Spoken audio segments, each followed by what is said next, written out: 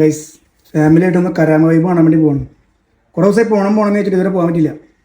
അപ്പോൾ ഞാൻ അങ്ങോട്ട് പോണതിൻ്റെ ഭാഗമായിട്ട് ഒരു ഷർട്ട് ഇങ്ങനെ തേച്ച് വെച്ചാൽ അതിപ്പോൾ കാണാനില്ല. അത് അവൾ അലക്കിയിട്ട് പോയി. മുമ്പ് ജിമ്മിലിടുന്ന ടീഷർട്ടായിരുന്നു അലക്കിയിട്ട് പോയിരുന്നത്. നമ്മൾ പുതിയ ടീഷർട്ട് വാങ്ങിച്ചു കഴിഞ്ഞാൽ പഴയ ടീഷർട്ട് 3-4 കൂടെ അലക്കിയിട്ട് പോകും. ഇപ്പം ടീഷർട്ട് മാറി ഷർട്ടായി. കണ്ട അലക്കി ആ ഷർട്ട് ഞാൻ തേച്ചൊരു സാധനം അലക്കിയോള്.